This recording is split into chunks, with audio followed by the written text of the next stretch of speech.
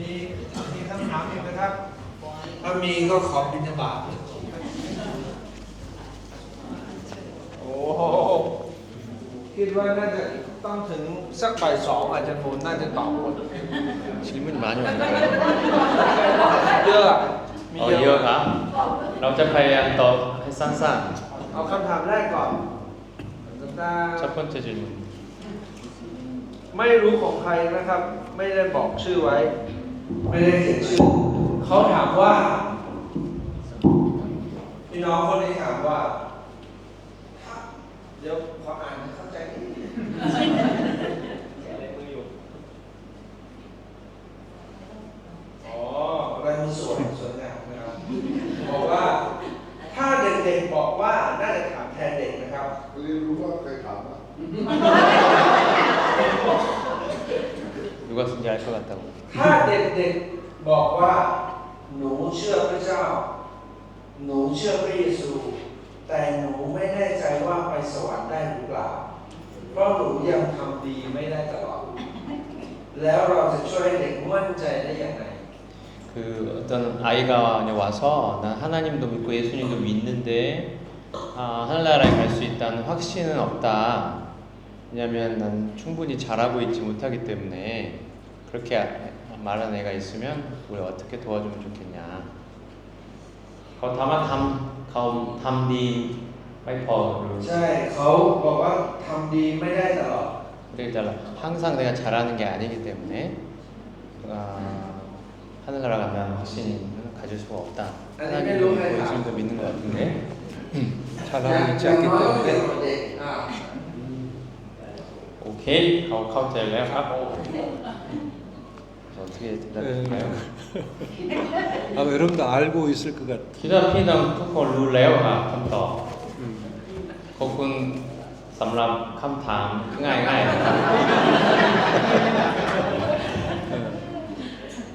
일단 에베소서 2장 8절의 말씀을 보여주는 게 좋을 พ 것 ระ 같아요. ธรรมเราก็จะเปิดพระธรรมเอเฟซัสบทที่ 2 ข้อที่ 8 ถึง 9 ให้เขาอ่านให้เขารู้ก็ได้ครับ 구원은 우리에게서 오는 것이 아니고 하나님으로 말미암기 ข 때문에 องเราไม่ใช่มาจากเราเองแต่เป็นของประทานของขวัญที่มาจากพระเจ้า 구원을 받는 방법이 하나님의 말씀을 통해 온 것이다.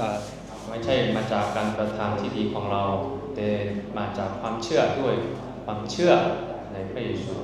นะครับ 그래서 믿음으로 말미암지 않고 행함으로 말미암지 않고 믿음으로 말미암아 우리가 구원을 받는다고 말씀하셨다. 이렇게. ก็เลยเราสอนเรื่องนี้ชัดเจนเนี่ยเขาจะเข้าใจได้คำเรื่องนี้ไม่ใช่มาจากการประทานที่ดีของเราเอง 당신의 구원의 여부가 당신의 행함의 여부에 있지 않다. เลยความรอดไม่ได้อยู่ที่เราทำดีตลอดหรือทำดีพอหรือไม่เกี่ยว 하나님의 약속에 있다. อันนี้เกี่ยวกับขึ้นอยู่กับความพระสัญญาของพระเจ้าครับ 우리들의 어떤 행함의 결과가 아니다. ไม่ 구원. ใช่มาจากการกระทำของเราครับ 구원은 하나님의 선물이고 คำรอดนี้เป็นของขวัญที่มาจากพระเจ้า 이제 구원받음으로써 비로소 그리스도인의 삶을 시작하는 것이다. ก็เมื่อเราได้รับความรอดแล้วโดยความเชื่อนี้ชีวิตใหม่ก็เริ่มต้นไม่ใช่เสร็จสมบูรณ์แล้ว 그리스도인의 삶이 처음부터 완벽할 수는 없는 เพราะ 것이다. ฉะนั้นชีวิตของคริสเตียนไม่ใช่สมบูรณ์แบบตั้งแต่ช่วงต้น 여러분이 자랄 때는 하나님께 감사를 드리고 เราต้องเติบโตไปวิญญาณด้วยครับ 또 하나님께 여러분이 넘어졌을 때는 또 예수 그리스도의 그 은혜를 힘입어서 다시 일어나야 เลย 된다. เมื่อเราล้มลงไปหลังจากเชื่อในพระเยซูก็บางครั้งล้มลงไปแต่ว่าเราลุกขึ้นอีกโดยพระคุณของพระองค์ได้ 그래서 결국 우리는 성화의 과정을 통해서 예수님을 เล 닮아가는 ยห 것이다. ลังจากเชื่อในพระเยซูเราก็อยู่ในขั้นตอนกระบวนการชำระให้บริสุทธิ์คล้ายค่อยๆคล้ายกันกับพระเยซูเรื่อยๆอยู่ 그리스도인의 목적은 구원이 아니다. ก็เลยความรอดนี้นี่มันก็จุดเริ่มต้น 이제 그리스도인의 목표는 그리스도를 닮아가는 เลย 것이다. เป้าหมายของคริสเตียนแท้จริงก็คือการ ค่อยๆเหมือนกับพระเยซูคล้ายกันกับพระเยซูนะครับโอเคคำตอบจบแล้วพี่น้องพอใจไหมครับ ขอบคุณสำหรับคำตอบครับ คำชาติ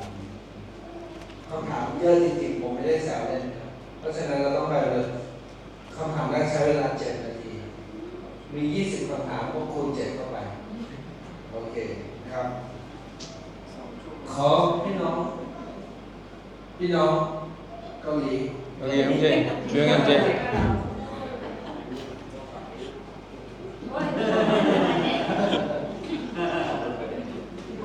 นี่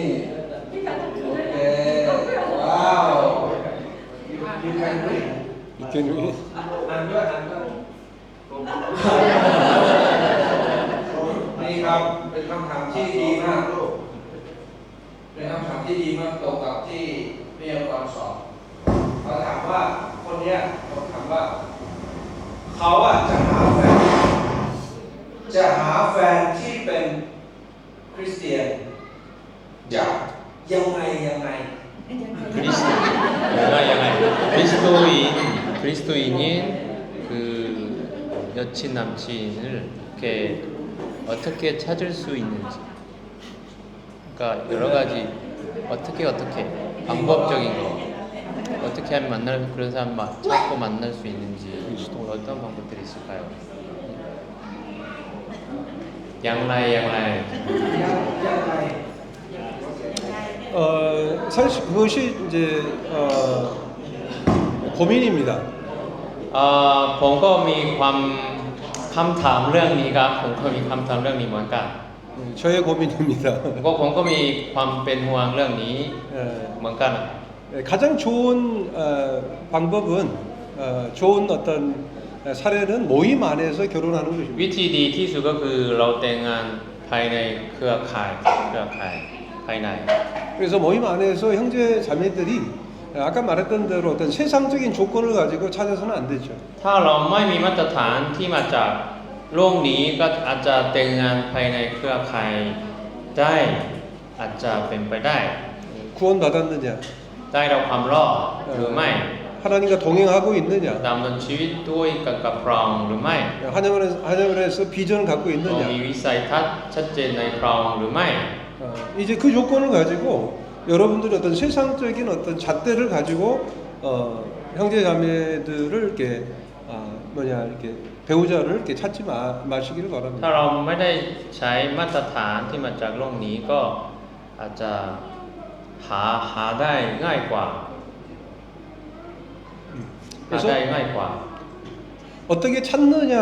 이것보다는 내가 정말 주님 안에서 합당한 삶을 사는 것이 배우자를 찾는데 배우자를 이렇게 내가 찾는 것이 아니고 하나님께서 이렇게 인도해 주실 것이라고 믿습니다. ก็เมื่อเรามีชีวิตตามพระเจ้าได้ในชีวิตของเราครับเราจะสามารถหาได้มีโอกาสมากกว่าคิดอย่างนี้นะครับก็เลยชีวิตฉันเป็นอย่างไรนี่เป็นสิ่งที่สำคัญนะครับ 내가 찾는 게 아니고 내가 결혼할 준비가 돼 있어야 된다는 มอง 거예요. ก็หมายถึงว่าไม่ใช่ว่าเราไปหามีที่อยู่ที่ไหนแต่ผมต้องพร้อมที่จะเป็นคนที่มันก็เหมาะสมพร้อมที่จะเป็นคนที่เหมาะสมอันนี้เป็นสิ่งที่สำคัญพี่น้องเข้าใจไหมครับถ้าผมพร้อมแล้วก็พระเจ้าจะทรงนำอย่างนี้ได้ถ้าผมไม่พร้อมไปที่ไหนไปไหนอยู่ที่ไหนหาอันนี้หายาก 그래서 몸과 혼과 영을 또 준비해야 됩니다. ก็เลยเราต้องเตรียมจิตวิญญาณก็ไฟวิญญาณก็จิตใจแล้วก็ร่างกายต้องเตรียมสามทางนะครับ 제가 아까 여러분들에게 어떤 그 조건을 어떤 세상적이거나 물질적이거나 또 육신적인 것을 해서는 안 된다고 그것이 먼저 중요한 게 아니고 먼저 영적인 조건을 제가 이야기했습니다. ผ ผมพูดถึงมาตรฐานไฟวิญญาณชัดเจนนะครับ ไม่ใช่มาตรฐานที่มาจากมุมมองของโลกนี้ 영적인 것이 우선되지만 เรื่องไฟวิญญาณต้องอยู่ก่อนนะครับ 어떤 세상에서 그리고 내 육체에서 그리고 또 물질적인 부분에 있어서도 우리는 사실 주님 앞에서 기도해야 되는 거죠. แต่วันนี้นอกจากนั้นก็มีหลายอย่างเราต้องการที่เราต้องการเนี่ยเราก็ต้องอธิษฐานว่าเราก็จะพร้อมสำหรับหลายด้านที่เราต้องการก็เราต้องอธิษฐานก็ต้องพร้อมต้องเตรียมตัวเองด้วยนะครับ 외모도 중요한 거죠. ก็ 외모도 중요하다. หน้าตาก็สำคัญครับ 근데 이제 제가 눈이 적잖아요. ตาของฉันนี่เล็ก 근데 제가 성형을 할 필요는 없습니다. ๆผมไม่ต้องทำศัลยกรรมตกแต่งใช่ไหมครับไม่ต้อง 내가 외모를 중요하다고 말한 것은 하나님이 주신 이 외모를 우리가 이렇게 정갈하게 가꿔야 된다는 거예요. หน้าตาเนี่ยสำคัญก็หมายความว่าหน้าตาที่มาจากพระเจ้าสำคัญ หน้าตารอหรือสวยสำคัญไม่ใช่ หน้าตาที่มาจากพระเจ้าสำคัญไม่ต้องเปลี่ยน 제가 오늘 메시지를 전하는데 막 머리를 이렇게 하고 แต่มันก็ดูแลร่างกายให้เรียบร้อยอันนี้พูดถึงเรื่องนี้นะครับ 이렇게 하면 안 되겠죠. อันนี้ไม่ใช่อันนี้ไม่เรียบร้อยอันนี้ก็ 우리가 비싼 옷은 아니에요. 그러나 정갈하게 ก็ 입고 ใส่ชุดก็เรียบร้อยนิดหน่อยก็ 또 머리도 빗고 ก็ดูแลแต่งตัวดีๆอย่างเงี้ย 이런 것도 중요하다는 거죠. ก็เป็นสิ่งที่สำคัญนะครับ 그 빵란 교회 이렇게 그 필리핀 교회 한 형제가 나이 든 청년 형제가 있습니다. ในคริสตจักรปังนานในประเทศฟิลิปปินส์อนุชนผมรู้จักอนุชนคนหนึ่งนะครับ 필리핀에는 정말 청년 자매들이 많아요. ฟิลิปปินส์นี่อนุชนผู้หญิงเยอะครับ 정말 영적이고 แล้วก็อนุชนผู้หญิงหลายคนเป็นคนที่ตึกตัวไฟวิญญาณนะครับ 또 공부도 잘하고 มีการศึกษาเขาก็เรียนเก่งด้วยนะครับ 또 직장 생활을 하고 มีอาชีพที่ดีก็มีครับ 또 예쁘기도 해요. ก็สวยๆก็มีครับ 그 많은 자매들이 있는데 이 형제는 결혼을 못 하고 แต่ 있어요. ว่าเขาก็แต่งงานยังแต่งงานไม่ได้ 그 형제가 뭐 영적이지 못해서 그런다. ไม่ใช่เพราะเขาไม่ติดตัวไฟวิญญาณไม่ใช่ 꼭 그것만은 문제가 아닌 것 같아요. ไม่ใช่ไม่เพียงแต่แค่นี้นะครับ 그 형제는 이 손톱을 이렇게 길어요. 손톱. เขาเลี้ยงเน็ตยาวอย่างนี้ 그래서 이 정도 여기는 아니고 이 정도. ไม่ใช่อย่างนี้อันนี้อย่างนี้ 제가 이제 ทำเกินไปนี่ครับ 제가 이제 손톱을 이렇게 잘라서 이렇게 외모를 좀 해라. 그래도 ผม 말을 บอก 안 กับเขาเนี่ยอันนี้ตัดให้เรียบร้อย แต่เขาไม่ยอมเชื่อฟัง 하나 이제 예를 들면 แค่ 그렇다. ยกตัวอย่างหนึ่งครับ 그리고 이제 한국에서도 옛날에 보면 장가를 못 간 형제가 있는데 เกาหลีก็ผมก็รู้จักคนหนึ่งที่แต่งงานก็ยังแต่งงานไม่ได้ 그 형제는 항상 이렇게 다녀요. เขาไม่ดูแลร่างกายกัน 좋은 옷도 입히지 않아요. ก็ไม่ได้ใส่ชุดเรียบร้อย ก็เหมือนกับปล่อยร่างกาย 또 씻지도 않습니다. ก็ไม่ได้ล้างไม่ได้ล้างหน้าไม่ได้ล้างตัวบ่อยๆครับอาบน้ำก็บ่อยๆไม่ใช่อาบน้ำบ่อยๆ 그 형제 옆에 가면 막 냄새가 แล้ว 막 ก็มี 나요. กลิ่นเหม็น 그래서 사실 이제 영적인 부분도 중요하지만 또 형제 자매들이 마땅히 이렇게 갖춰야 될 것들을 갖춰야 된다는 ก็ 거죠. เลยเราต้องการดูแลร่างกายดีๆเรียบร้อยสวยนิดหน่อยอันนี้ก็เป็นสิ่งที่สำคัญ 화려하게 가꿀 필요는 ไม่จำเป็น 없어요. ต้องแต่งตัวให้หรูหราเหมือนดาราไม่ใช่ 또 외모를 단정하게. แต่มันก็เรียบร้อย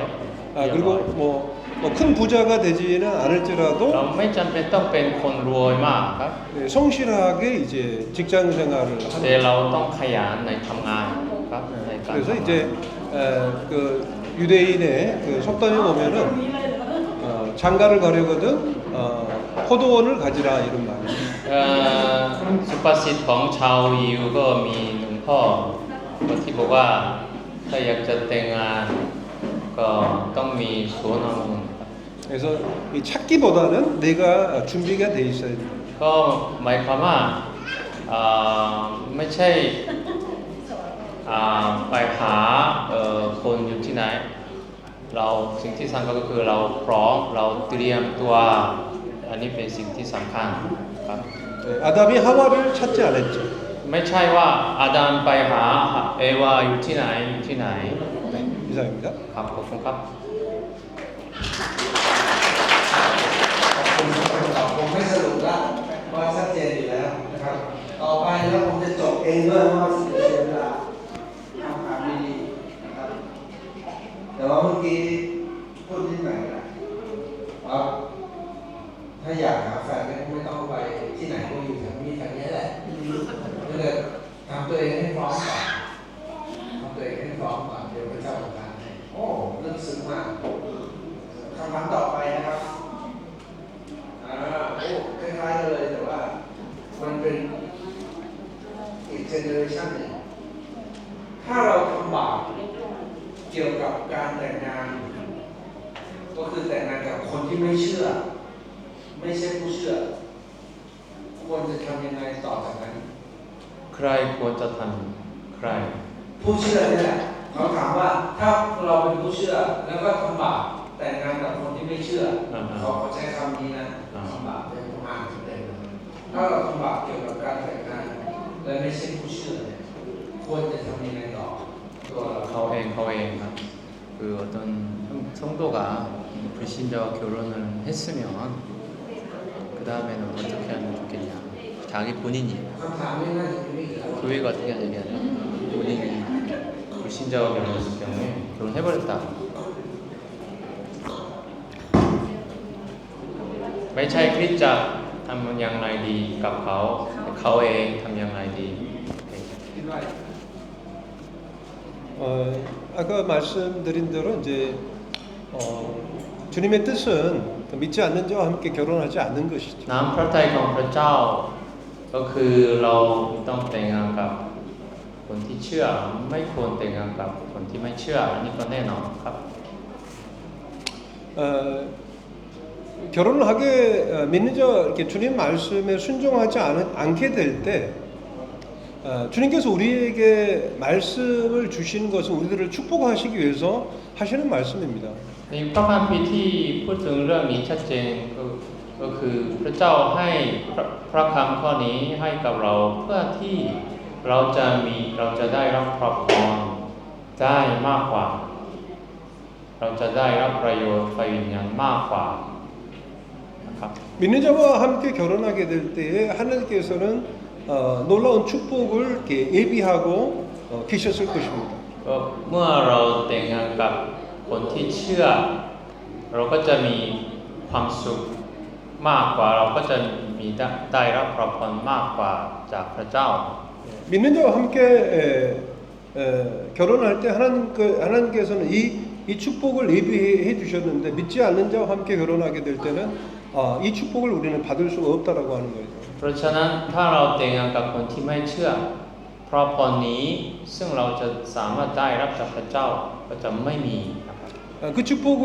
어찌 보면은 이제 그 놓치게 된 거죠. เลยความสุขความชื่นชมยินดีที่มาจากพระเจ้าเนี่ยอาจจะ 그 부분에 있어서 그 부분에 있어서는 내가 내 잘못으로 인해서 그 축복을 놓쳤다라고 하는 부분을 여러분들은 이제 언젠가는 깨닫게 ก็ 되겠죠. เลยในที่สุดเราจะเข้าใจได้ภายหลังว่าเนี่ยความสุขแล้วก็พระพรที่มาจากพระเจ้าจะหายไปแล้วเนี่ยเข้าใจได้ภายหลังนะครับ 본인에게도 상당한 이제 어떤 혼돈이 있게 될 พวกเรา 겁니다. ก็จะมีความสับสนในเรื่องต่างๆในที่เกิดขึ้น 근데 믿지 않는 자와 함께 결혼한 그 성도가 정말 믿는 자일 수도 있지만 또 믿지 않는 자일 수도 있겠죠. ก็คนที่แต่งงานกับคนที่ไม่เชื่ออาจจะเป็นคนที่ไม่เชื่อแท้จริงอย่างที่จริงแล้วอาจจะเป็นคนที่ไม่เชื่อเราคิดว่าคุณเชื่อแต่ว่าที่จริงแล้วเราอาจจะเป็นคนที่ไม่เชื่อก็ได้ 이 구원을 지식적으로 이렇게 이해해서 받았다고 생각할 수 있습니다. บางคนเขาเองอาจจะคิดว่าเขาได้รับความรอดแล้วเพราะเชื่อในพระเยซูแต่ความเชื่อของเขาอาจจะเป็นคนความเชื่อไม่แท้ก็มีนะก็เป็นไปได้ครับ 구원이다라고 하는 것은 하나님과의 관계적 개념의 เพ 구원입니다. ราะความนั่นนี้นี่พูดถึงความสัมพันธ์กับพระเจ้าครับไม่ใช่อยู่ความรู้ในสมองนะครับ 하나님과의 관계가 회복되는 것입니다. ความสัมพันธ์กับพระเจ้ากลับคืนดีแล้วนะครับ 그렇기 때문에 하나님과의 그 관계된 회복, 다시 말하면 주님 되심을 인정하는 관계로 들어가는 거죠. 그것이 이제 구원. ความรอดจริงๆก็คือเราจะเข้าไปสู่ความสัมพันธ์กับพระเจ้าที่ถูกต้อง 근데 이제 우리가 불순종하게 된 거잖아요. ดิคนนี้ไม่เชื่อฟังนำพระทัยของพระเจ้าแล้วครับ 정말 믿는 사람이라면 불신자하고 결혼할 때 사실은 이제 아픔이 있는 거예요. 본인이 아픔. ถ้าเขาเป็นคนที่คนเชื่อแท้จริง เมื่อเขาแต่งงานกับคนที่ไม่เชื่อนี่จิตใจของเขาก็จะถูกแทงแล้วก็มีใจก็ไม่สบายใจก็มีแล้วที่ครับ 인간적으로 이렇게 인간적으로 사랑하지만은 사실 마음 한편에서는 이제 평안함이 없게 되는 거죠. เขาอาจจะรักเขาแต่ภายในจิตใจของเขาก็จะมีความทุกข์ใจก็มีครับ 그런 가운데서 이제 주님 앞에 엎드릴 수밖에 없는 겁니다. แล้วเขาอาจจะก้มกราบอธิษฐานต่อพระเจ้า 믿지 않는 자와 함께 결혼 안 하는 것이 제일 좋지만 เลยสิ่งที่ดีที่สุดก็คือไม่แต่งงานกับ 이제 결혼을 คน 했다 ที่ไม่เชื่อ 이제 믿지 않는 자와 함께 결혼했다면 주님 앞에 엎드려 기도할 수밖에 없습니다. ถ้าแต่งงานแล้วแต่ว่าถ้าสมมติแต่งงานแล้วกับคนที่ไม่เชื่อนี่เขาต้องอธิษฐาน 그리고 ต่อพระเจ้าครับ 가장 첫 번째 기도 제목은 바로 그 아내나 그 남편의 구원을 위한 기도입니다. ก็เลยเขาก็ต้องอธิษฐานเพื่อคู่ให้คู่ที่มันยังไม่เชื่อนี่จะเข้ามาสู่ความเชื่อได้นำเขามาสู่ความเชื่อต้องช่วยต้องอธิษฐานต้องช่วย 그리고 이제 교회 가운데 이제 회복이 돼야 되겠죠. 그 사람 아니 자신이 믿지 않는 자와 결혼한 형제 자매가 교회가 회복된다는 건 징계를 받았다고 생각하시는 거예요? 아니면? 그러니까 이제 이렇게 받았다면 회복이고 받지 않았더라도 이제 교회 가운데 교회 생활을 회복받는 것이 중요하다. ก็เรื่องไฟวิญญาณของเขาก็ต้องได้รับการฟื้นฟูด้วยครับในคริสตจักร 불신 남편이나 불신 아내가 있다 할지라도 나는 지역 교회 가운데서 계속해서 참석하면서 교회에게 기도 요청도 하고 교제권을 계속 형성하고 하나님 임재 가운데서 말씀을 교회 가운데 드려야 ก็ 된다. เลยเขาเองก็ต้องไม่ออกจากคริสตจักรต้องอยู่ภายในคริสตจักรแล้วก็เขาก็ขออธิษฐานขอให้พี่น้องอธิษฐานเพื่อเรื่องนี้ขอความช่วยเหลือของพี่น้องเกี่ยวกับเรื่องนี้แล้วก็เขาก็ต้องพยายามร่วมกิจกรรมต่างๆในคริสตจักรด้วยไม่ใช่ออกจากคริสตจักรอยู่ภายในคริสตจักรก็ต้องอยู่กับพี่น้องนะครับ 믿지 않는 자라 할지라도 믿지 않는 남편이라 할지라도 그리스도인의 아내로서 또 남편을 이렇게 또 순종하고 이렇게 사랑하고 또 돌봐야 되는 แล้ว 거죠. ก็ถึงแม้ว่าเขาเป็นคนที่ไม่เชื่อเนี่ยคริสเตียนก็เพื่อเชื่อก็ต้องทำหน้าที่เหมาะสมกับเขาด้วย 일단 다 그렇지는 않지만 혹이 이렇게 변화돼서 구원받을 수 있다는 거예요. แล้วก็ภายหลังคนนั้นก็อาจจะเปลี่ยนแล้วก็เป็นคนที่เชื่อได้ เราต้องอธิษฐานเพื่อเรื่องนี้โอเค โอ้เป็นคำตอบที่ชัดเจนมาก ผมขอเสริมนิดหน่อย ครับ ว่าข้อนี้ตรงนี้กลัวเรื่องนี้สำคัญมาก เพราะฉะนั้นเรื่องนี้เล่นๆไม่ได้ทำเป็นเล่นๆไม่ได้ในคำของวิทยากรเป็นสิ่งที่สำคัญมาก 선생님 대답 굉장히 중요한 것 같다고 จ 말씀드렸습니다. ริงๆแล้วที่ที่จากท่าสาราเราศึกษาเรื่องนี้ 타살라교에 이런 문제로 이야기를 해봤는데 เคยยกตัวอย่างเช่นพี่น้อง 예를 한번 예를 들어보겠습니다. นะครับซึมซับที่มีกำลังเนี่ยพระเจ้าประทานศักดิ์ศรีให้เขามีพลังให้เขา 누구 이제 예를 들고 สุ 이제 ดท้ายเขาล้มลง 근데 이제 ก็ตายทั้งคู่เลยคนที่ไม่มีแฟนที่ไม่เชื่ออย่ามีเลย 그리고 이제 불신결혼을 한 사람이 빨리 죽었다고. 그래서 이제 결혼을 제대로 하면 오래 살고 결혼을 제대로 안 하면 빨리 죽는다. 그래서 이 문제에 대해서 우리가 이제 심각한 어떤 마음의 짐이 있습니다. 그래서 이제 교회 안에 성도님이 소개해준 사람이 많은데 결혼을 소개해준 커플들이 많이 있는데 돈이 많냐 뭐 이런 거 안 받고 แล้วมีคู่หนึ่งผมจะยกตัวอย่างเพราะในพระคัมภีร์นี่เขียนชัดเจนเลยว่าถ้าทำอย่างนี้เราจะได้รับอะไร 한 사례가 있는데 성경에 우리가 이렇게 하면 이렇게 될 거다라고 이제 분명하게 써 ถ้า 있습니다. ไม่ใช่ไม่แก้ไขลองแต่งงานดูไม่พ้น10 ปีจะเห็นผล 이제 불신 결혼을 하면 그 결과를 결국 나중에 우리가 보게 될 거다. ที่ครอบครัวเรารักเขามาก 그리고 이제 เวลา 우리가 แต่งงานเขา 굉장히 ไม่เชื่อฟังเรา 사랑하는 เรา 형제가 ได้นำ 있었는데 จากคัมภีร์ว่าอย่าแต่งงานกับคนที่ไม่เชื่อ 불신자와 결혼하지 เพราะ 말라고 ว่า 했는데도 เหมือนกับ 결혼을 วิท 강행했어요. ยากรคนนี้บอกว่าเวลามองด้วยสายตาของฝ่ายโลกนี้เนี่ยโอ้โหผู้ชายที่เขาแต่งงาน 세상의 기준으로 보면 아주 그 สมบัติ 남자는 เขา 아주 อยู่ใน 그냥 ท็อป 10 ที่รวย 훌륭한 사람이었습니다. เป็นนักธุรกิจอสังหาริมทรัพย์ที่ใหญ่มาก 그리고 이제 บ้านของ 굉장히 เขา 돈이 많은 จะขึ้น 사업가였고 ไปหาเขานี่ต้องกดลิฟต์ขึ้นมา 집도 아주 큰 집을 แต่เว 가지고 ลาผ่านไปพี่น้อง 시간이 흘렀을 때 ผู้หญิงคนนี้โทรศัพท์มาหา 그 자매는 저한테 แต่ 전화를 นา 해서 ทีวิต 어떻게 하면 좋을까요? ที่ยืนอยู่ในโลกนี้แล้ว 세상에 เราก็ 다른 เจอเขาจะฆ่าเรา 세상에 의지할 데가 없습니다. ผมบอกว่าไม่มีที่ยืนไปยืนหน้าผมไปยืนที่บ้านผมนี่แหละ 우리 집에 와 เราร้อง 그러면 ไห้ร้องไห้ 근데 울더라고요. ไม่มีความสุขครับ 기쁨이 ถ้าไม่ 없습니다. เชื่อผมลอง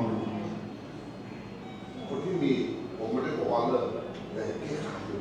그래서 이제 금제를 ขาดอยู่ในรับผมไม่รับผมก็หมายความว่าเหมือนกับวิทยากรคนนี้บอกว่าอาจจะเป็นคนที่เชื่อไม่จริงในรับผม 그래서 이 사람이 แต่คนที่ได้รับ 이게 ความรอด 불신 결혼을 ถ้าไม่ 한 เชื่อฟัง 사람이 ผมเชื่อ 실제로는 안 믿는 사람일 수도 ที่ 있는데 รู้เล่นนะ 어쨌든 เล่น 간에 นะ 우리가 그 결과를 보게 될 เพ 거다 ราะฉะนั้น 무슨 เราไม่มีความ 말이냐면 รักมีความเป็นห่วงต่ออนาคต 그래서 이런 문제에 대해서 굉장히 ทุ 마음에 กวัน 부담이 นี้ 많이 ทั้ง 있습니다. ฝ่ายผู้หญิงฝั่งผู้ชาย 남자든 여자든 간에 ทุกอย่างดีเข้ามาที่หัวผมหมดเลย แล้วผมจะแก้ไขยังไงไม่ใช่ว่าเย 선생님한테 ซู 막 와서 막 뭐 하소연하고 상담하고 하는 사람들이 있는데 내가 어떻게 할지 모르겠다. 문제를 일으킨 다음에 어떻게 하겠냐. และเริ่มต้นใหม่กับไป 처음부터 시작을 하지 말았어야 เจ็ 되겠다. บนะครับบางครั้งเห็นเขาร้องไห้ภรรยากับผมก็ร้องไห้ตามเขานี่แหละ 그래서 แต่ 뭐 ผม 와서 จะ 울기도 บอกตรงๆ 하고 ว่าเพราะคุณน่ะไม่เชื่อตั้งแต่แรกไม่เชื่อฟัง 처음부터 เพราะว่าฉะนั้น 불순종한 게 문제다. เพราะฉะนั้นอย่าเลยครับ 그래서 하지 마십시오. โอเคขอเสร็จตรงมือทีคำตอบที่ดีครับของอาจารย์ดาวิดแล้วก็ผมเองก่อนนะครับแล้วก็เป็นคำถามที่ดีด้วยขอชื่นชมในความกล้าหาญของคำถามนะครับเป็น 네, คำถาม 이런 ที่ดี 질문을 해주셔서 감사하다고 โอ 이렇게 เค ต่อไปนะครับไปคนโอเคคำถามนี้ดูจากข้อมูลแล้ว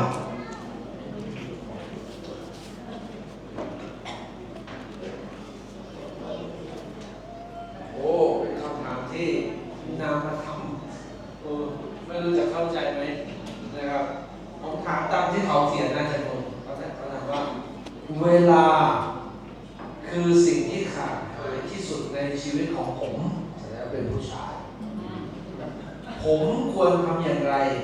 เพื่อทดแทนสิ่งที่ขาดหายไป เดาเอาแล้วกัน เวลานะครับเวลาเมื่อกี้บอกว่าอะไรเวลา เวลาคือสิ่งที่ขาดหายที่สุดในชีวิตผมเขาว่าเขาเสียเวลาไปมากแล้วหรือเปล่าที่ผ่านมาเขาเสียเวลา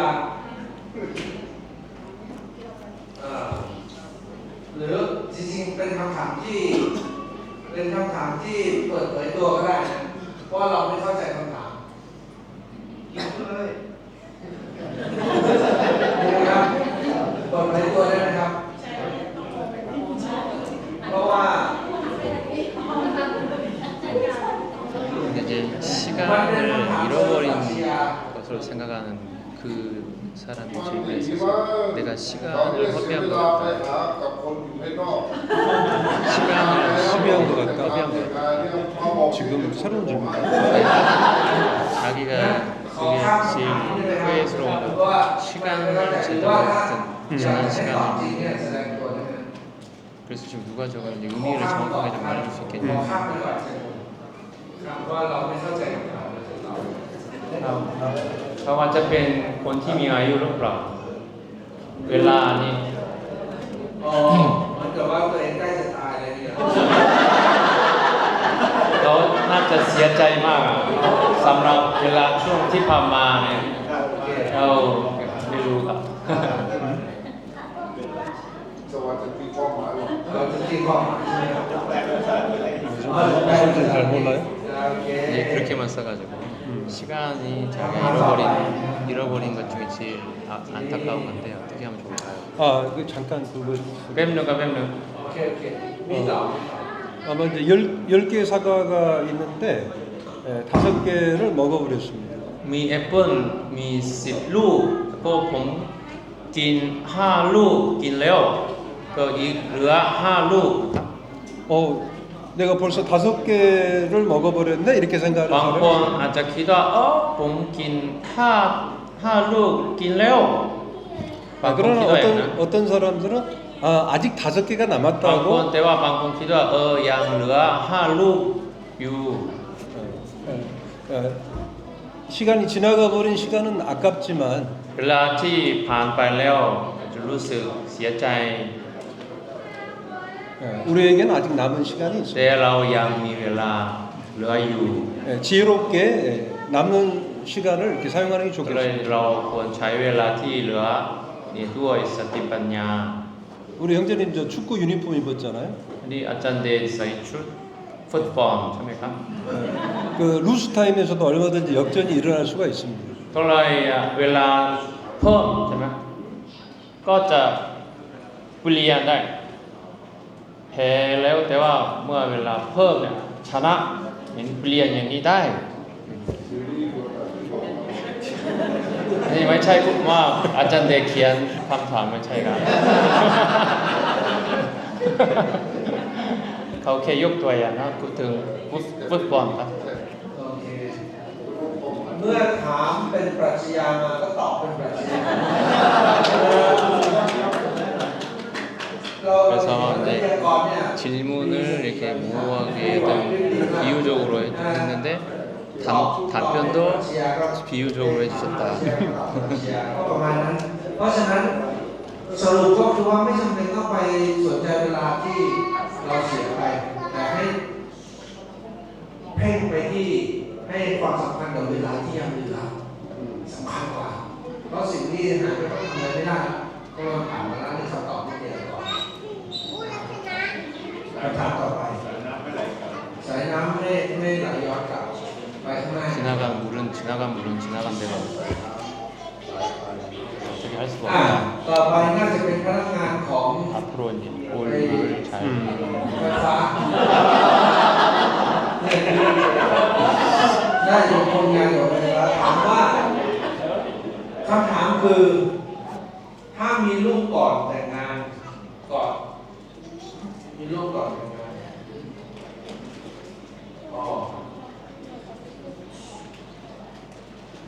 อันนี้ผมอ่านตามนี้แล้วกันมีลูกก่อนแต่งงานวงเล็บเป็นพี่น้องคริสตจักรคนทำอย่างไรมีลูกก่อนแต่งงาน แล้วก่อนเป็นพี่น้องได้ไหมน่าจะใช่เนาะ ก่อนเป็นพี่น้องก็คือยังไม่เชื่อ แต่ว่าลูกยังไม่เชื่อ แต่ว่าเขาอยากจะแต่งงาน ไม่ใช่เขาบอกเขามีลูกก่อนที่จะแต่งงาน มีลูกก่อนแต่งงาน มีลูกแบบได้แต่งงานโดยที่ยังไม่ได้แต่งงาน อืม แล้วก่อนที่จะเป็นพี่น้องด้วย อืม ใช่ไหมไม่น่าใช่นะ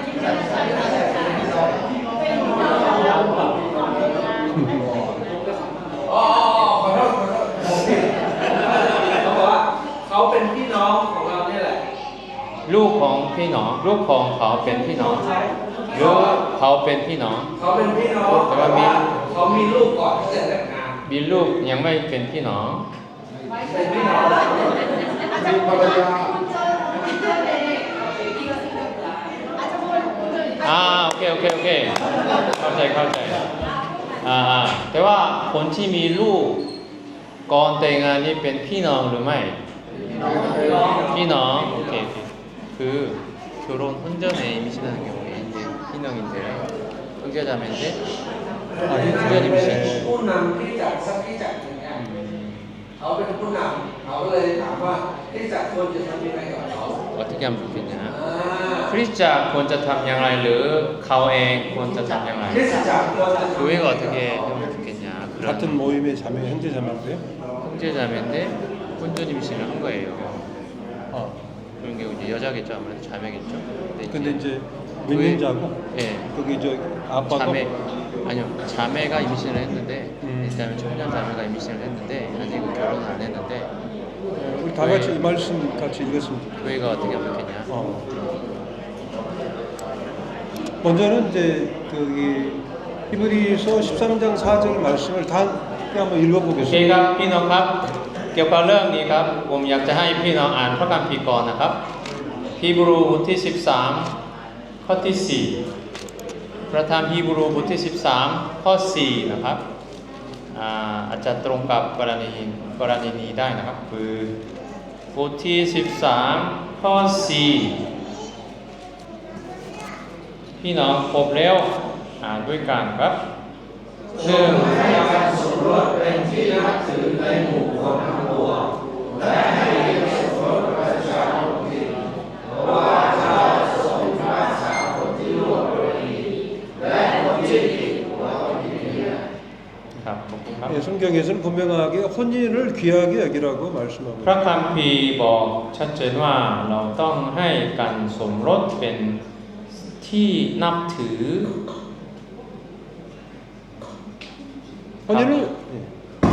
혼인을 하지 않은 가운데서 음행한 죄에 대해서는 교회는 일단은 이제 치리를 해야 됩니다. ถ้าเขาทำบาปเนี่ยก่อนแต่งงานเนี่ยมีลูกก็อันนี้นี่บาปกับบาปชัดเจนก็เลยคริสตจักรต้องลงวินัยคิดว่าอย่างไร 그러나 교회는 항상 치리할 때 아픈 마음을 가지고 치리를 해야 됩니다. แต่เมื่อคริสตจักรลงวินัยเนี่ยคริสตจักรลงวินัยด้วยใจเจ็บความทุกข์ใจครับ 마치 더러운 것을 이렇게 떨어버리는 것처럼 이렇게 하는 것이 ไม่ 아닙니다. ใช่ทิ้งสิ่งที่สกปรกไม่ใช่อย่างนี้ 우리 어떤 지체를 이렇게 잘라내는 그런 아픔을 가지고 치리한 บอก 것입니다. ว่าวันนี้อวัยวะของเรานี่มีความเจ็บปวดนี่รู้สึกใจก็เราก็เจ็บป่วยมาก 그리고 그 자매는 비록 죄를 범하였을지라도 마음속에 큰 교회에 대한 죄송한 마음 또 하나님 앞에서의 어떤 두려운 마음을 가지고 있을 것입니다. พี่น้องคนนั้นน่าจะมีใจเขาเองก็มีใจเจ็บใจเกี่ยวกับสิ่งที่เขาทำแล้วก็เขาก็มีความรู้สึกขอโทษกับคริสตจักรด้วยผมก็เชื่อว่าอย่างนั้น 치리하는 것은 그를 완전하게 이제 분리시키는 게 การ 아니고 ลงวินัยก็ไม่ใช่หมายความว่าเราจะตัดเขาออกจากคริสตจักรไม่ใช่ 회복의 과정이라고 อันนี้เป็นกระบวนการของการฟื้นฟูนะครับฟื้นฟู 그래서 교회는 치리하고 그렇다고 해서 그 자매를 돌보는 것이 돌보지 않는 것은 아닙니다. คริสตจักรลงวินัยก็ไม่ใช่หมายความว่าเราไม่ดูแลเขาก็ออกไปสิไม่ใช่นะครับ 교회하고는 분리가 되어 있죠. 교회로부터는 이제 그 출교가 된 상태입니다. 그렇기 때문에 교회 가운데 그 자매가 올 수도 없고 또 교회 성도님들이 그 자매에게 교제할 수는 없습니다. 선생님은 이제 만약에 이런 경우에는 무조건 출교를 해야 된다고 생각해요. 그러니까 출교죠. 그러니까 이런 경우를 하면 네. 왜냐하면 징계 중에도 출교도 있을 수 있어요. 출교다. 출교라. 네. วิทยากรบอกว่าอย่างนี้ครับผู้หญิงพี่น้องผู้หญิงถ้าเขาทำบาปอย่างนี้ก็เขาคิดว่าคริสตจักรลงวินัยก็คือขับไล่เขาขับไล่ออกจากคริสตจักรเหมือนกับขับไล่ออกจากการสามัคคีธรรมกับพี่น้องนี่ไม่ใช่ถาวรนี่ชั่วคราวขับไล่ออกจากสามัคคีธรรมกับพี่น้องนะครับ 그러나 이제 출교는 했지만 이 교회 장로 형제님들은 그 자매를 방문할 수 있습니다. ก็เลยพี่น้องไม่ควรจะเข้าร่วมกับเขาไม่ควรคุยกับเขาเป็นส่วนตัวเพราะเขาถูกขับไล่ออกจากการสามัคคีธรรมกับพี่น้องแล้วแต่ผู้ปกครองก็จะไปเยี่ยมเขาก็คุยกับเขาอย่างนี้หนุนใจเขาได้นะครับ 그 자매에게 말씀을 통해서 이제 회개할 수 있도록 인도해야 เพื่อ 합니다. ให้เขากลับใจใหม่แล้วก็กลับมาอีกได้ผู้ปกครองก็ไปดูแลเขา 그리고 이제 어쨌든지 그 남자의 그 남자는 믿지 않은 사람이죠. 그러겠죠 아무래도 믿지 않았 คนเช่นผู้ชายเป็นผู้เชื่อหรือไม่ผู้ที่ไม่เชื่อก็เขาไม่ได้เขียนใช่ไหมไม่รู้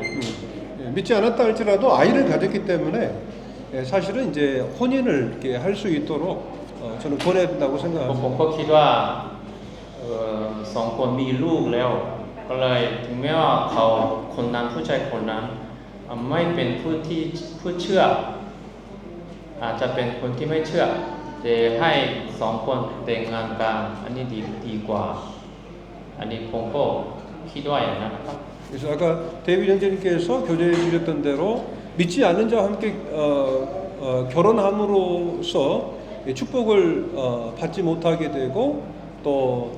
그런 어려움을 당할 수 있습니다. เพราะพรซึ่งเราสามารถได้รับจากพระเจ้าเขาน่าจะไม่มีแต่ว่าเราให้สองคนก็แต่งงานกันอันนี้ก็น่าจะเป็นไปได้ 그렇기 때문에 자매는 좀 하나님 앞에 그 긍휼을 구하는 기도를 간절히 해야 할 것입니다. ผู้หญิงคนนั้นต้องกลับใจใหม่ก็ต้องอธิษฐานเพื่อการฟื้นฟูไฟวิญญาณ 교회 또한 그 자매의 회복과 또 그 남편의 구원을 위해서 기도해야 คริ 되겠죠. สตจักรก็ต้องอธิษฐานเพื่อการฟื้นฟูของผู้หญิงคนนั้นและความรอดของสามีของผู้หญิงคนนั้นนะครับโอเคครับจบครับ ที่ผ่านมาคริสตจักรก็ทำเรื่องนี้เนาะแต่ว่าพี่น้องหลายคนยังไม่เข้าใจความประสงค์ 교회에 เมื่อกี้ 옛날에 อาจารย์ 이런 일들이 ที่ 있었는데 เราใช้คำคือกระบวนการฟื้นเขา 이제 เริ่มต้นใหม่ 징계는 ได้ดีขึ้น 징계는 회복의 과정이다라고 말씀하셨는데 แต่พี่น้องเนี่ยไม่เข้าใจ 근데 형제자매도 이걸 잘 이해를 못하는 것 ตัด 같아요. ออกไปแล้วก็อะไรออกไปแล้วก็มีโอกาสมาคิดแต่แบบนี้ 그냥 쫓아내고 잘라낸다 이렇게만 การ 생각하는 것 มี 같은데 การลงวินัยเป็นกระบวนการให้คนนั้น 이거는 회복시키기 위한 과정이기 때문에 형제들이 ที่เขา 이해를 แต่ง 해야 งานไปแล้ว 된다. และข้อสำคัญอย่างหนึ่งคือพี่น้องเราไม่เข้าใจเหมือนกันพี่น้องเราเข้าใจว่าเมื่อกำลังอยู่ในกระบวนการนี้พี่น้องส่วนตัวหลายคนก็ไป 그리고 이제 징계를 했는데 계속 이제 개인적으로 찾아가서 말하고 이야기하고 교제하고 이러면 안 된다. กับคนที่ 근데 옛날에 보니까 그렇게 많이 ให้ 하더라고요. คนนั้นอยู่ในกระบวนการฟื้นฟูใกล้ชิด 근데 เมื่อ 이제 ใกล้ชิดยังไงครับ เขาก็เป็นพวกของเขา 근데 이제 그렇게 식으로 하면 그 사람이 회복이 안 되고 자기 잘못을 깨닫고 มีพวก 회복하는 ข 게 องเขา 아니라 กลับมาโจมตีคริสตจักร 아니 ว่านี่ 오히려 막 교회를 공격하고 내가 뭘 잘못했냐 이런 식으로 되는 경우들이 ที่เนี่ย 많았다. อยากให้พี่น้องติดต่อกับคนที่อยู่ในกระบวนการ 그래서 이제 그런 เป็นส่วนตัว 회복의 과정 속에 있는 사람들은 개인적으로 가서 교제하고 이러면 안 เป็น 된다. ทาจากคุณป้าไม่ถูกผู้ปกครองหรือผู้นำกลายเป็นคนที่ไม่ดี แต่ค 네, นกำลัง 그랬더니 ทำ 선생님이 เกิดเขา 이야기하는 อย่างหนัก 것을 แล้วก็ช่วยเหลื 통해서 อเขา 자기 생각에도 그게 맞는데 옛날에 보니까 막 와서 교제하고 그래갖고 오히려 เพราะฉะนั้น 그 사람들이 교회가 왜 이렇게 징계하냐 ว่า 이런 อยากติดต่อเขาเป็นส่วนตัว 오히려 더 안 ไม่ 좋아지더라고요. ใช่การเกลียดเขา และพี่น้องต้องอธิษฐานอย่างหนักสำหรับสิ่งเหล่านี้ด้วยเพราะว่าเขาก็มีความผิดอยู่แล้วละอายอยู่แล้วในความผิดบาปที่เขาทำเพราะฉะนั้นอันนี้พี่น้องเข้าใจอย่างนี้นะครับ 형제자매들이 이런 네, 걸 그러니까 좀 우리가 명확하게 아시면 좋겠다. แต่ว่าเมื่อเราอยู่ในกระบวนการนี้อยู่เนื่องจากว่ามีบางคนติดต่อเป็นส่วนตัวกลายเป็นธรรมดาไปเล่นกับสิ่งที่คริสตจักรลงเนี่ยคริสตจักรลงนี่นะก็หมายความว่าเป็นสิ่งที่พระองค์เห็นด้วยตามพระคำของ 그래서 우리가 이제 하나님 ครั้งต่อ 말씀에 มา 순종하기 위해서 이렇게 하는 แต่ว่าน่า 거예요. เสียดายที่ผ่านมา 마음에 너무 또 불만을 갖거나 คุยส่วนตัวไป 그러지 않았으면 พยายาม 좋겠다. ห้ามแล้วแต่ว่าทำอย่างนั้นสุดท้ายคนนั้นฟื้นไม่ได้ 우리가 이렇게 이해를 못하고 유네 건강 순종하지 않고 순종을 막 이렇게 해보기와 하면 그 후원 사람이 결국에 공급이 회복이 안 된다. คนนั้นก็มาหาส่วนตัวเป็นพวกผมอีกสุดท้ายคนเหล่านั้นกลับมาน้อยมากครับ 이 회복이 안 되고 회개가 안 일어나기 ประเท 때문에 ศ ครับ 알아주시면 จริง 좋겠다. ๆมีคำถามต่อเนื่องจากตรงนั้นมา อืม แต่ว่าเป็นคำถามที่มีคำตอบในตัวเองอยู่แล้วเพราะว่ากระบวนการที่วิทยากรบอกนะครับ สรุปได้ก็คือว่าเมื่อมีเหตุการณ์แบบนี้เนี่ยที่จะต้องลงวินัยแล้วเข้าสู่กระบวนการฟื้นฟูใช่ไหมครับก็เป็นหน้าที่ของผู้ปกครองที่จะช่วยเหลือพี่น้องที่จะช่วยเหลือทีนี้ในกระบวนการนี้ขั้นตอนที่สองคือการทำให้มันถูกต้องใช่ไหมครับก็ควรให้เขาแต่งงานไปนี่กระบวนการใช่ไหมครับ แต่ว่ามีคำถามตอบมาจริงๆมีคำตอบได้พูดไปแล้วนะแล้วคริสตจักรเนี่ยจะจัดงานแต่งให้ได้ไหม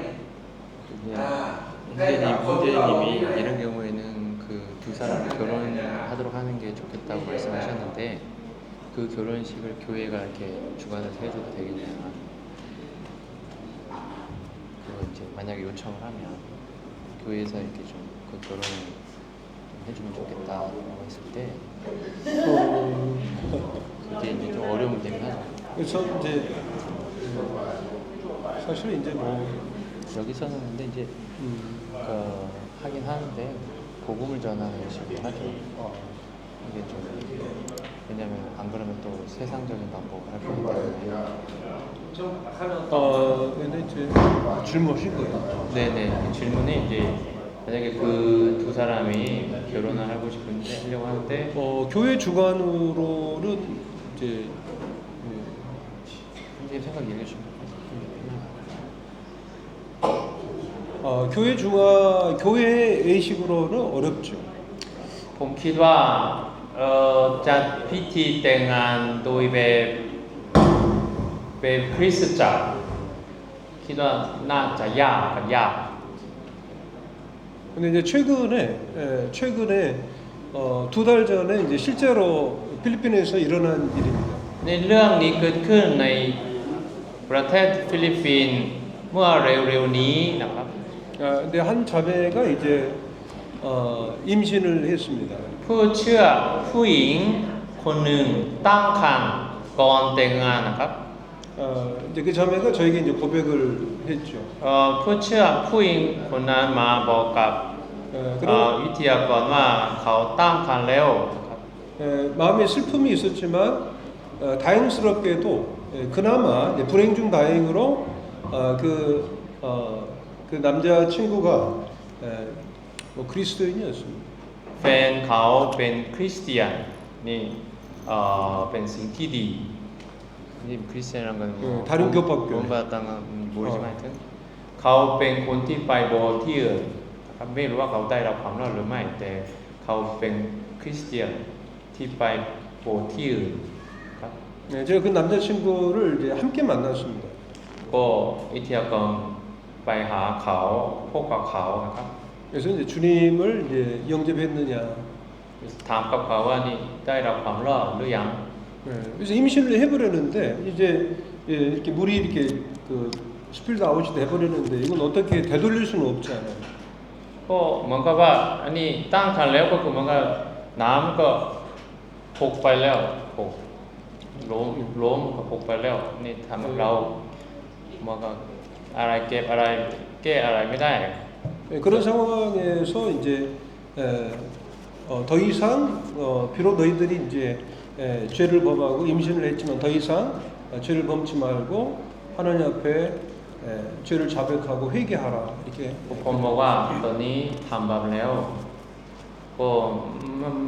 ต้องไม่ทำบาปอีกก็เลยตอนนี้จุดนี้ต้อง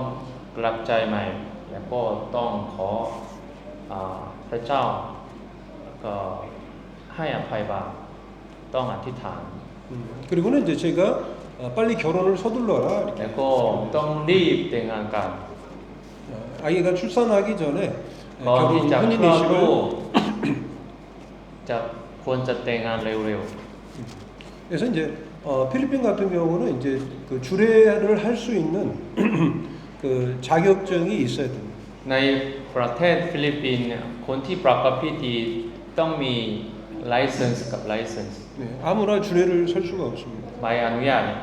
ไม่ใช่ทุกคนก็ประกอบพิธีได้ครับ 네, 그래서 교회는 이제 그 자매를 이렇게 징계 출교했습니다. คริสตจักรก็ลงวินัยผู้หญิงคนนั้นแล้วก็ให้เขาออกจากสามัคคีธรรมกับพี่น้อง 네, 출교를 했지만 저는 이제 그 모임의 인도자로서 그 자매의 결혼을 도왔습니다. แต่ผมเองส่วนตัวเนี่ยก็ผมก็ไปช่วยการแต่งงานของผู้หญิงคนนั้นนะครับ 그래서 이제 모임에 그 자격이 있는 형제님을 초청해서 그 결혼을 주례하도록 했습니다. 모임에 자격이 있는 게요. 형제님을 이제 주례자로 해서 그 형제님이 주례를 이 결혼 예식을 인도했습니다. 그 자격 있는 형제님이라는 게 우리 모임의 형제님. 형제 모임에 다른 형제님이 아니고 다른 분이 제가 아니고 다른 예, 그분 형제님이고 예. 그러니까 거기 데이비드 하비 형제님이라고 거기 이제 오래된 선교사 형제님을 초청해서 결혼 예식을 주례하도록 ผม 했습니다. ให้เชิญให้ผู้นำคนหนึ่งครับ ผู้รับใช้คนหนึ่งแต่เขามาจากคริสตจักรที่มีความเชื่อแบบเราคริสตจักรที่อื่นครับผมก็เชิญผู้รับใช้คนนั้นมาประกอบพิธี 예, 그런데 이제 교회 예식으로는 하지 않았습니다. 다시 말하면은 교회 성도님들이 많이 이렇게 참석하지는 않았습니다. 교회적으로 광고하지 않았습니다. แต่ว่าเราไม่ได้แจ้งเราไม่ได้ประชาสัมพันธ์เราจะมีแต่งพิธีแต่งงาน 왜냐하면 이제 그 출교 중에 있었기 때문에. เพราะผู้หญิงคนนั้นอยู่ในการลงวินัยนะครับ 예, 교회는 치리하고 그리고 또 장로는 이제 그 자매를 이제 도왔습니다. แล้วก็คริสตจักรลงวินัยแล้วก็ผู้ปกครองไปช่วย แต่ว่าพี่น้องเราไม่ได้แจ้งกับพี่น้อง 그러면 이제 상황이 이제 다르죠. 이제 필리핀에서 일어난 경우는 그 믿지 않는 자, 임신을 하게 한 자가 그나마 그리스도인이었기 แต่ 때문에 ว่าเรื่องนี้เป็นเรื่องที่กรณีนี้เป็นกรณีที่คนนั้นผู้ชายคนนั้นเป็นคริสเตียนคนที่ไปโบสถ์ 예, 그래서 모임의 형제님이 주례할 수 있었지만은 그 신랑이 믿지 않는 자였다면 아마 저는 그것을 허락하지 않았을 것입니다. ถ้าสมมติผู้ชายคนนั้นไม่เป็นคริสเตียนนี่ผมก็จะไม่อนุญาตให้ผู้หญิงคนนั้นแต่งงานกับเขาแต่เพราะเขาเป็นคริสเตียนเนี่ยผมก็อนุญาตให้ผู้หญิงคนนั้นแต่งงานกับเขาที่말씀은 만약에 임신을 했는데 그 남자 상대방이 안 믿는 자면은 그냥 임신한 채로 그냥 애를 낳아라 결혼하면 안 된다. 결혼해라. 결혼하고 일을 하라. 아니 그러니까 그 사람이 크리스티안이니까 허락을 해줬다고 했잖아요. 아 결혼 예식 주례를 허락했다는 거죠. 결혼은 알아서 하는데ครับผมก็ต้องอธิบายเพิ่มครับเพราะผู้ชายคนนั้นเป็นคริสเตียนให้มันก็อนุญาตให้ผู้รับใช้คนนึงมาประกอบพิธี ได้แต่ถ้าผู้ชายคนนั้นไม่เป็นคริสเตียนก็วิทยาก็บอกว่าเขาวิทยาก็ไม่ใช่ทำอย่างนั้นไม่ทำอย่างนั้นไม่ความว่าเขาจะไม่ขอให้ขอผู้รับใช้คนมาประกอบพิธีให้สองคนก็แค่แต่งงานโดยวิธีอะไรแบบอะไรก็ได้เราไม่เกี่ยวอย่างนี้ผู้ปกครองคนเดียวก็อาจจะช่วยได้แต่ว่าคริสตจักรแล้วก็ผู้รับใช้คนนั้นก็ไม่มีส่วนเกี่ยวส่วนนะครับ ชัดเจนเรื่องนี้เป็นเรื่องที่เกิดขึ้นกับเรา 우리 태국에도 좀 이런 일이 일어나는 것 같아요. 근데 이제 믿지 않는 자가 상대가 믿는 사람도 있습니다. แล้วก็เป็นแนวทางที่คริสตจักรเราทำ 그 다른 교회 다니는 거. 아 이번에 이제 있었죠. แปลว่าที่เรียกว่ารูปแบบที่เราทำกันอยู่ก็ถูกต้อง 이제 임신한 건 아닌데 하면 ในพระวจนะ 그렇죠. 우리 같은 경우는 ล่าสุดนี้ 주를 ในโซ 선거예요. เชียล 근데 이제 데뷔전지 โซเชียล 또 이제 โรงงาน 안 เลย 하셨다고 ไม่ได้บอกว่า 좀 คริส 상황이 ตจักรพระสารา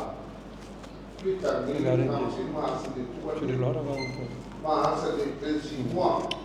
혹시 모르는 일이죠. น้ำ 그 มันเป็น 남자가 สีม่วงไม่ให้แต่งงานกับต่างคริสตจักรลงเลยลงไว้เลย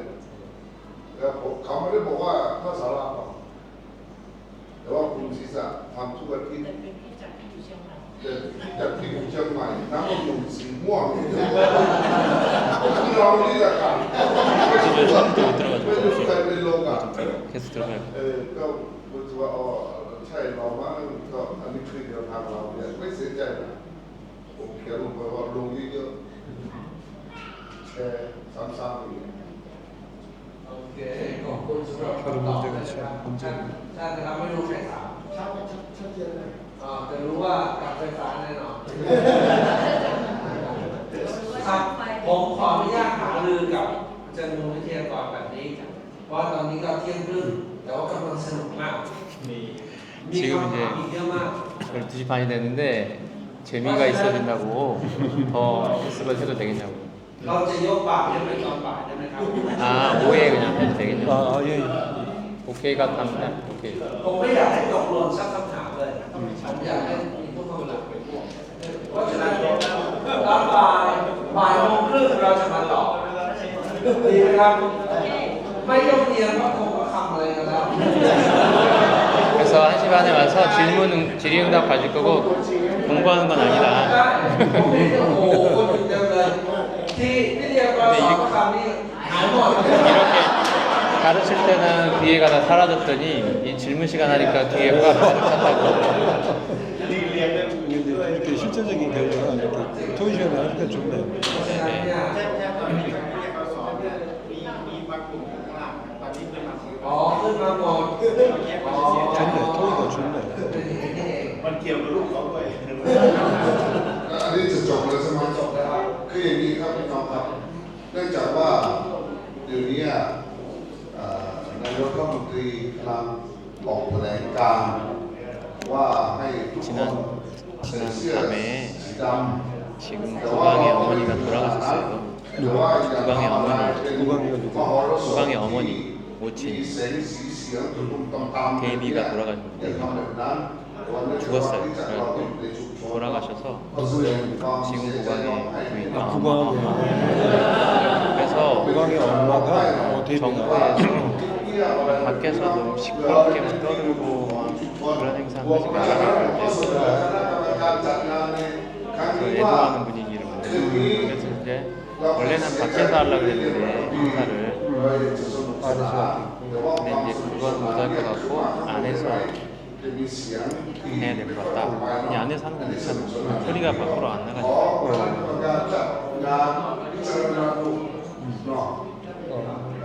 ตอนแรกเราวางแผนว่าเราจะมีเวทีกลางแจ้งทำข้างล่างตั้งเวทีแล้วก็เราจะทำกิจกรรมกันแต่ว่าเนื่องจากมีงานเราจำเป็นจะต้องสงบเสงี่ยมบ้างเราก็จะย้ายมาตรงนี้นะครับเราจะย้ายมา2,012ตรงครับ 일단 1시 반에 다시 모여서 นะครับเป็นคำตอบที่ลึกซึ้งเพราะฉะนั้น